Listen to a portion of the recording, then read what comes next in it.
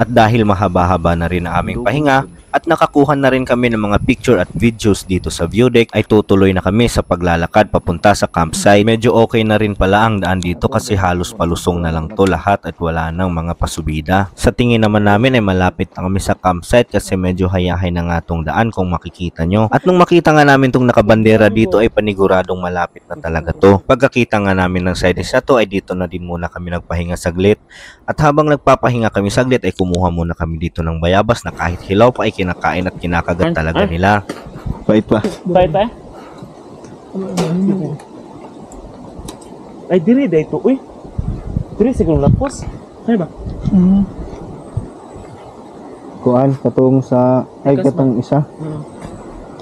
At dahil tapos na nga kami dito magpahinga at malapit na mag alas 4 ay dumiretso na kaagad kami sa pagbaba. Medyo natatanaw na nga namin dito yung lake at yung camping site kaya dumiretso-diretso na talaga kami. Dito rin naman talaga ako nakakita ng pinakamalaking pako na napakasarap naman talaga. Ang sarap naman talaga nitong gisahin pero hindi na ako kumuha pa kasi baka hindi namin ito makain doon sa baba kasi wala kaming dalang lutuan. At kung makikita nyo naman na binibidyohan ko yung lupa ay pineflex ko lang naman talaga dito yung gamit kong sapatos na napakaganda at napakaastig naman talaga at napakaligon pa at hindi talaga kayo madudulas dahil camel yung suot-suot kong sapatos ngayon. Kaya kung gusto nyo maging komportable sa inyong pag-hike ay ito na ang bilhin nyo, ang camel na all-terrain na napakamura naman talaga at napaka-komportable pa sa paa, hindi talaga magsasakit ang inyong paa. Kung makikita nyo na meron na kaming kasama dito na nakaputi ay si Manong na to na sa aming organizer kasi nababalaka na talaga ang aming organizer kaya pinaapas niya na kami sa kanyang tao. Kasi kami na lang talaga ang natitira doon sa taas kasi yung lahat ay nandito na sa baba. At kung alam nyo lang talaga na grabe na kahangak ay napahinga naman talaga kami dito ng maluwag kasi nakita na namin yung camping site at hindi na kami talaga nagduha-duha sa pagbaba pa para makaset up na kami ng tent at makapagpahuway na kami ng taas-taas pa. Pagkarating talaga namin dito sa campsite ay nagsasite-site na kami ng magandang pwesto at hinanap na namin ang aming mga gamit. At nang makita nga namin ang aming mga gamit ay hindi na kami nagduha-duha na ipaset up pa ito sa kanila. At dahil ako gusto ko talaga ako mag-set up kasi nagbibidyo-video ako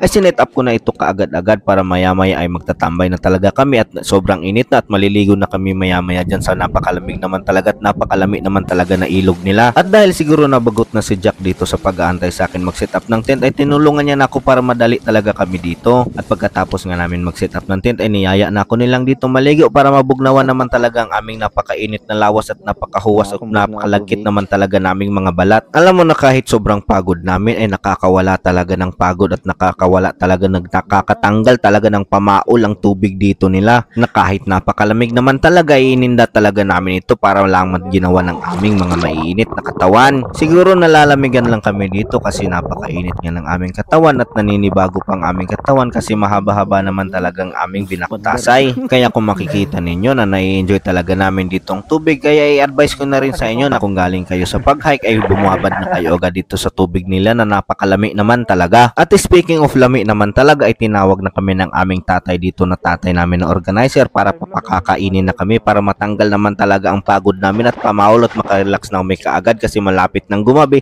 at hindi na namin makikita ang napakasarap naman talaga at napakarami naman talaga na pagkain na hinanda ng aming tatay dito. At dahil nga natapok na nga kaming lahat ay sisimulan na nila dito magdasal kasi susugdan na namin ito pagbubungkag ng mga wagawagit na naman tong mga bahaw na nandito naman talaga na napakainit pa at napakahamot naman talaga at nagugusla na talaga kami ng sobra-sobra.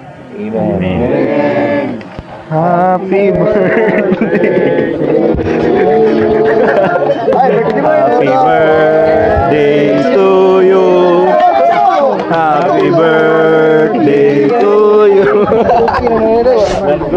Largo na. At kung maririnig ninyo na kumanta kami ng happy birthday ay wala naman talagang nagbi-birthday dyan at kinantahan lang talaga namin kasi akala namin merong nagbi-birthday sa sobrang dami naman talaga ng mga handa na inihanda ng aming tatay ng organizer dito. At kung makikita nyo na pinanggain naman talaga kami ng aming organizer na kung makikita nyo na hindi talaga kami tinipid sa aming pagkain dito at ang sabi pa niya na pag maubos namin itong lahat ay iriripan niya ang aming mga nagastos sa pagkain. Pero ayun na nga hindi nga kami naripanan kasi kung makikita nyo ay napakarami talaga ng pagkain at hindi namin ito naubos. At pagkatapos nga namin kumain ay nag-relax na kami kasi maya-maya malapit na maging gabi kasi hapit na mag-alas 6 talaga dito at yung iba kung makikita ninyo ay naliligo na din sila. So fast forward natin ito kasi maulan yung panahon ngayong gabi kaya matutulog na muna kami dito. Night guys, see you tomorrow.